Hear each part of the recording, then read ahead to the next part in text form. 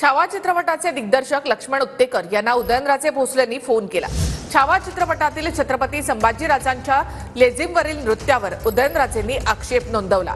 आक्षेपार्ह सीन हटवण्याच्या दिग्दर्शकांना सूचना केल्यात। लोकभावनेचा आदर करून चित्रपट प्रदर्शित करू असं लक्ष्मण उत्तेकर यांनी सांगितलं असं उदयनराजे म्हणाले।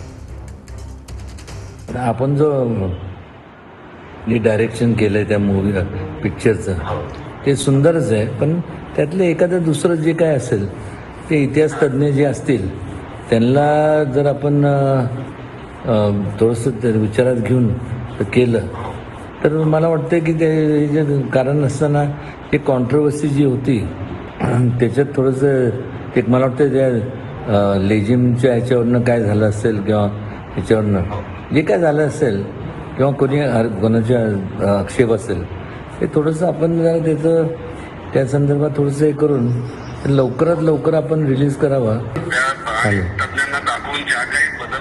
हां, करून टाकू। चालेल चालेल, ओके, ठीक, धन्यवाद, जय शिवराय।